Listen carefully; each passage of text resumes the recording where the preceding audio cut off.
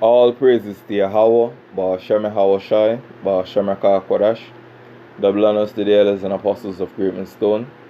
Shalom to the elect pushing this word in truth and in sincerity, with the hope of receiving mercy of Yahweh, Ba'ashem Hawashai. Yahweh is the name of the Heavenly Father. Yahweh is the name of His only begotten Son. You so-called Negroes, Hispanics, and Native Americans are the Israelites according to the prophecies that are written in the scriptures. I want to make it known that the RFID microchip is the charagma written about in Revelation 13 verse 16 and down, which is the MOTB. The miracle drug is a precursor to the MOTB. Yahweh Shai, whom the world ignorantly called Jesus, is about to make his return upon the earth to deliver his elect and to pour out judgment as it is written. So I want to go straight into this lesson dealing with uproar of the people in the world. And you have various factors why people are uproarious. So we're going to jump straight into this precept. I'm going to run a clip, show you what's going on over there in the Middle East. So this is 2 Esdras 9 verse 1. He answered me then and said, measure thou the time diligently in itself, and when thou seest part of the signs pass, which I have told thee before, then shalt thou understand that it is the very same time wherein the highest will begin to visit the world which he made. Therefore, when there shall be seen earthquakes and uproar of the people in the world. So this is very clear. Scripture says, when there shall be seen earthquakes. So this is something where you literally are going to see with your bodily eyes. You're going to see people at uproar. You're going to see earthquake in diverse places as it is written. And enough people see these things but do not understand that these are signs of the end times. So I want to run this clip just to show you what's going on. It said at least 30 killed in Baghdad clashes. So let's see.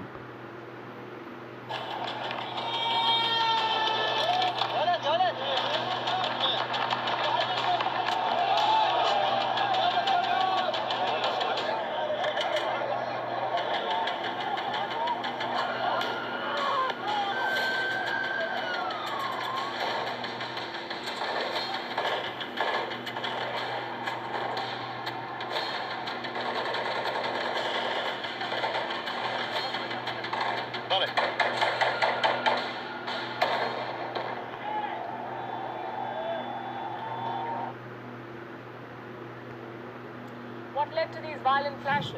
A surprise announcement by this man, whose name is Muqtada al-Sadr. He's a powerful Shia cleric in Iraq. Sadr's political bloc was the largest in Iraq's parliament. They had 73 seats, but no majority. So in the month of June, his lawmakers resigned. They could not cobble up a coalition, so they hit the streets. But on Monday, Sadr dropped a surprise. He announced his complete withdrawal from politics. And the effect was immediate. Thousands of his supporters flooded the streets of Baghdad. They breached the presidential palace. They took over the private pool. Very similar to what happened in Sri Lanka last month. Very similar to what? Something that took place in Sri Lanka. So that shows that this event is not only taking place in Baghdad. You hear about it in Sri Lanka. Take a look on Venezuela. Take a look in the interiors of the land where them refer to as Africa, which is the landmass of Am. You have nothing but civil unrest going on in these parts of the world, yo. And these destabilization of countries is engineered by the world's elites, yo. But let's continue listening.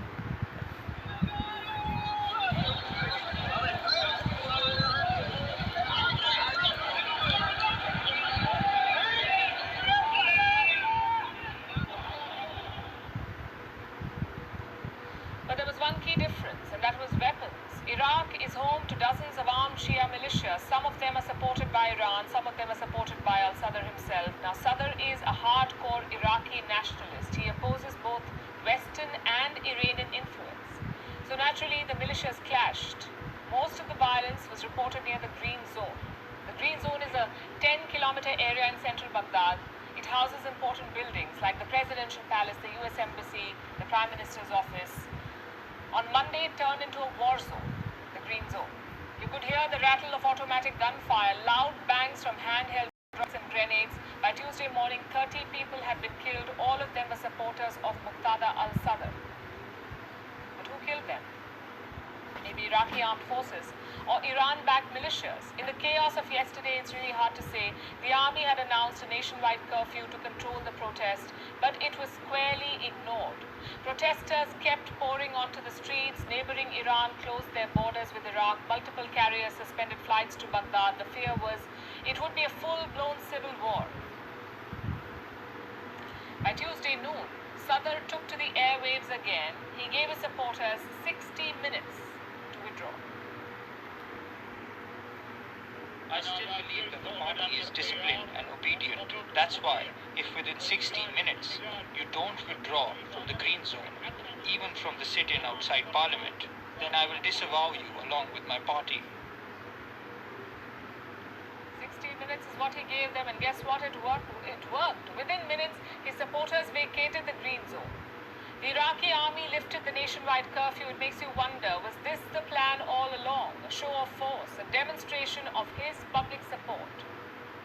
Well, if it was, the plan worked. Let me show you a tweet by Mustafa al-Khadimi. He is the interim Prime Minister of Iraq, and this is what he wrote. Muqtada al-Sadr's call to stop violence is the epitome of patriotism and respect to the sanctity of Iraqi blood. You see what I mean? Monday's events have confirmed who is the real sheriff in town, who controls the streets of Baghdad. It is Muqtada al-Sadr. And that gives him a lot of leverage in the future.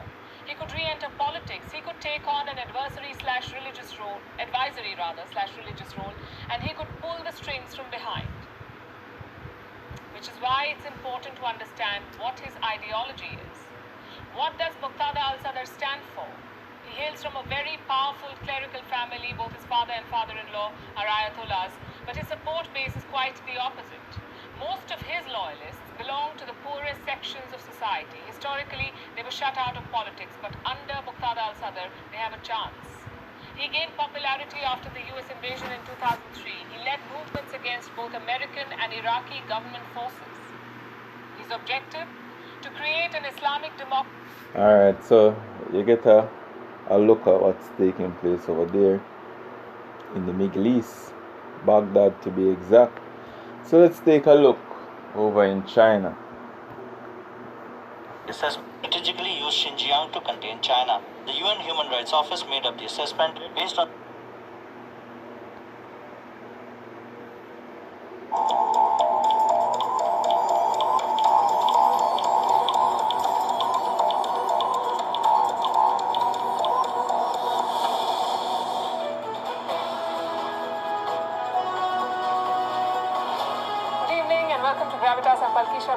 Let's get started.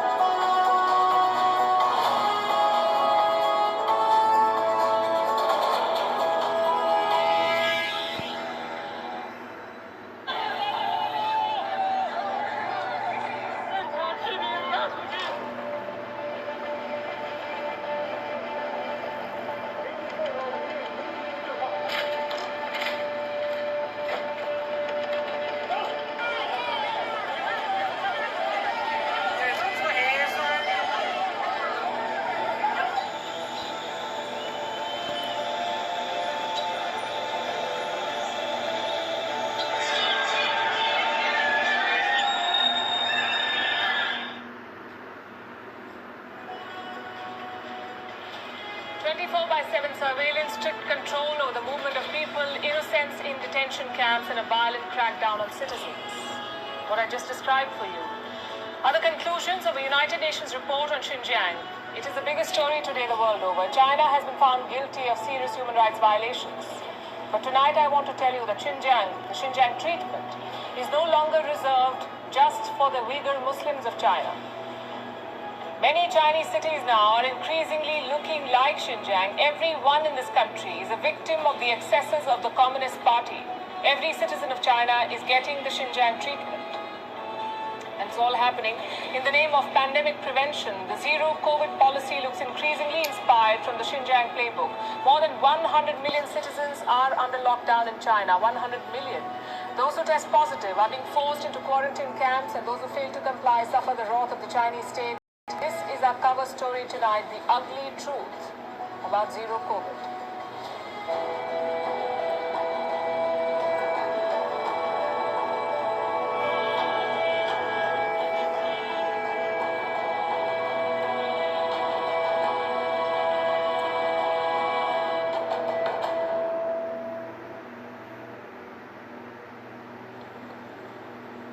China just cannot catch a break. What you just saw happen for real. There were long power cuts in Chengdu city. More than 21 million people live in the city. People at this restaurant were using hand fans and phone flashlights. They had no option. There was no electricity. And today, their nightmare just got worse. There is a Wuhan virus outbreak in Chengdu. Do you know what that means in China? A sweeping lockdown. That has been imposed in Chengdu. All 21 million people of the city will now be locked up in their homes. And their suffering is not unique. Many Chinese cities have met the same fate. Today the world is talking about Xinjiang. A United Nations report has come out. It has confirmed what the world has long known. The Communist Party of China is the world's worst human rights offender. We'll discuss that report. But let me tell you this. A large part of mainland China resembles Xinjiang today. For millions of people, their homes have been turned into jails and citizens are being treated like criminals. Everyone in China today is a casualty. Everyone is suffering the excesses of the Communist Party and everyone is getting the Xinjiang treatment. Tonight we'll show you how. We'll show you 5 videos that sum up the ugly truth of zero COVID. Let's start with China's latest lockdown orders. The latest victim, like I said, is Chengdu. It is in southern China. It's a mega city, an economic powerhouse. Its GDP is well over $250 billion, which makes Chengdu the 7th wealthiest city in China. And it's now under lockdown. Do you know how many Wuhan virus cases were found there? Not even 1,000 as of this morning. But Chinese authorities have asked all 21 million residents to stay at home. For the people of Chengdu, it's like being out of the frying pan and into the fire. Here's video number 1. It is believed to be from an apartment complex in Chengdu. A few days ago, people were crying for help there.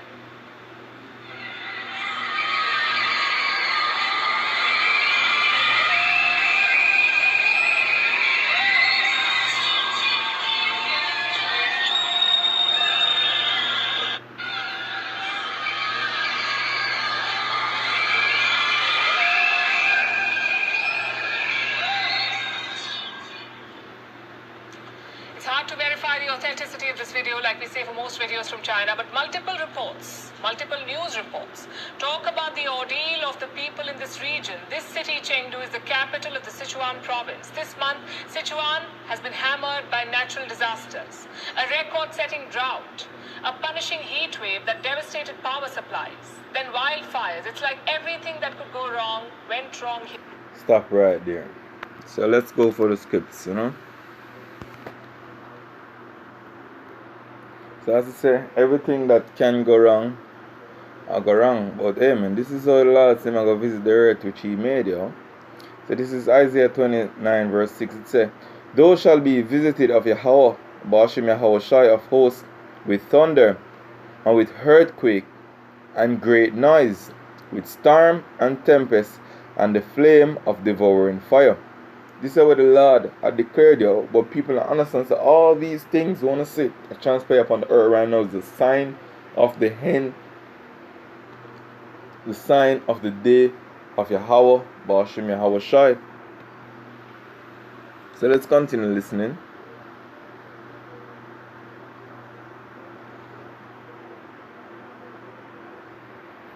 Here. Local authorities were struggling to respond to these multiple crises, and now they must impose sweeping lockdowns.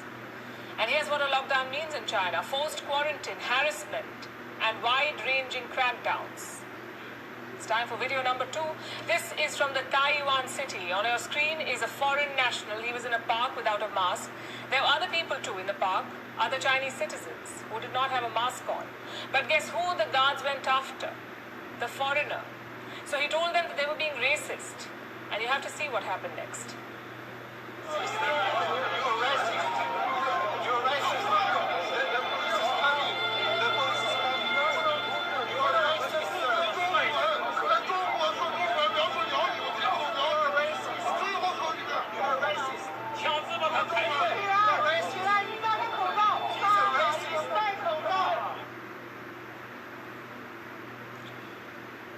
Here is what those guards were telling the man. In China, you speak Chinese. So that's what the foreigners go through. What about the people of China? What happens to those who are in lockdown in China? One word sums up their life: chaos. Let's show you video number 3. This is from the month of July. Sichuan's Ziyang city was conducting mass tests. Everyone was asked to take one. Just look at what happened.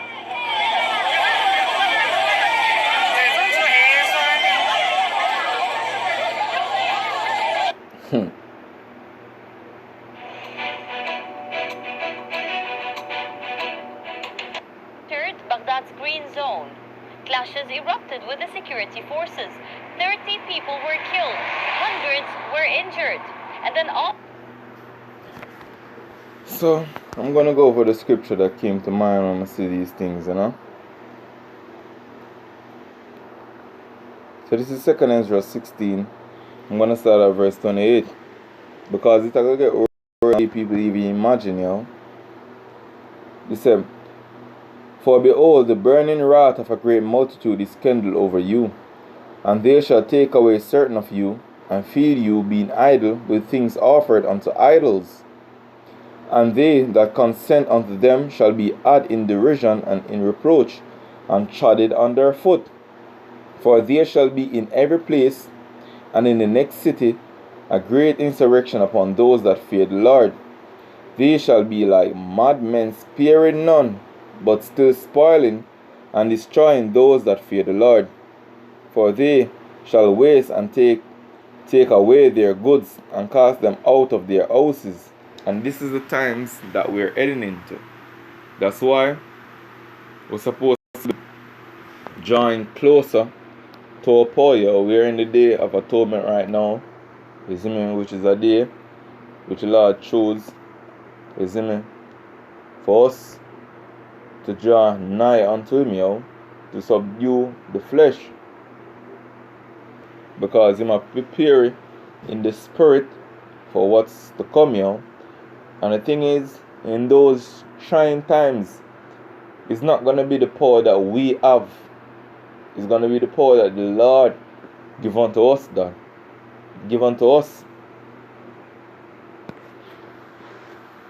Verse 73, "Then shall they be known who are my chosen." So some people look on Baghdad and going over China like, hey man, that's over there in the Middle East. That's over there in Asia.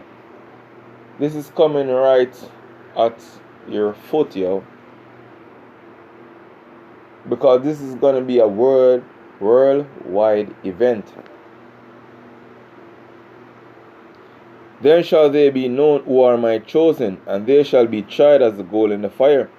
Hear, O ye, my beloved, saith the Lord, behold, the days of trouble are at hand." And Daniel speak of these times, "But I will deliver you from the same. Be ye not afraid, neither doubt, for God is your guide." And that is the mindset brothers have to be in those times, that Yahweh Bashim Yahushai is our guide. And this way say take place, it not gonna just take place over China. It's gonna be a worldwide event. Because even when Saturday I went to buy even 2 jeans pants, and by the time I walk into the store, one of the first thing they tell me to do, I put that muzzle on my face, I not even know that people still doing that. But hey man, they refer to it as being the new norm. You have protests. Let me just go back to YouTube and click up protests. And you see how much protests taking place right now around the world.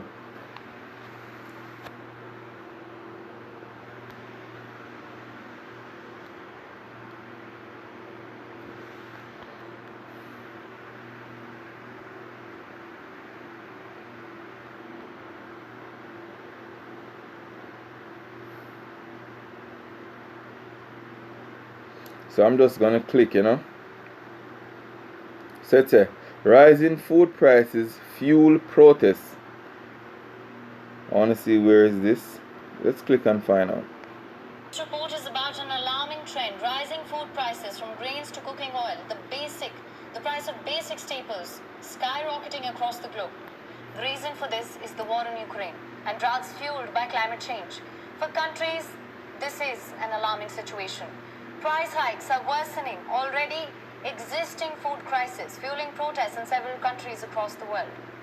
In Argentina, thousands of farmers protested in Buenos Aires. This was against President Alberto Fernandez. His policies to curb inflation have been slammed by the agricultural sector. In the first 4 months of 2022, prices in Argentina rose to 23%. This includes a 6% jump in April. Things got so bad that people took to the streets. It's called Federal March for Work and Salaries. They demanded jobs, security, and a basic living wage.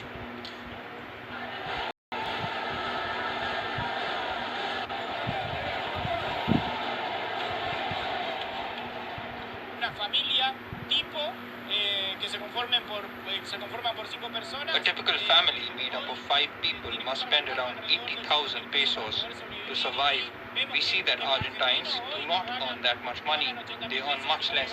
So we are at a time in which the population is living below the poverty line, and many residents in Buenos Aires and the rest of the provinces are poor. This national march is to speak out on this. Son pobres. Entonces, bueno, esta marcha federal un poco viene a mostrar esto.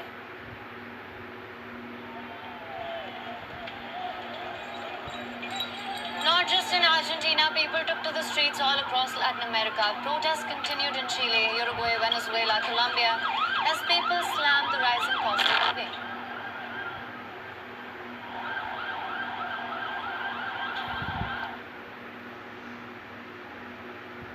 In Greece, thousands took to the streets. Their complaint: same. A surge in energy and food prices. Greece's annual consumer inflation accelerated to 8.9% in March, hitting its highest level in over 27 years.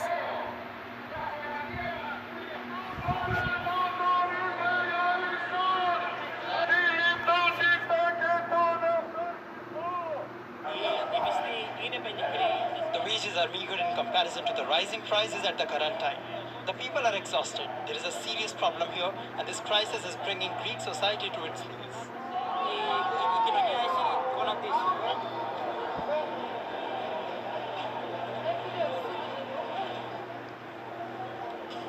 In West Asia too, the situation is no different. Prices of some essentials have shot up by as much as 300%. The surge has triggered widespread unrest. Earlier this month, Iran slashed subsidies on basic food items. New prices of wheat and flour were announced. This is how people reacted to this. These protesters, they're chanting death to Raisi. It got so bad that the president himself issued a response. He refused to restore the subsidies, saying that he won't shy away from making hard choices.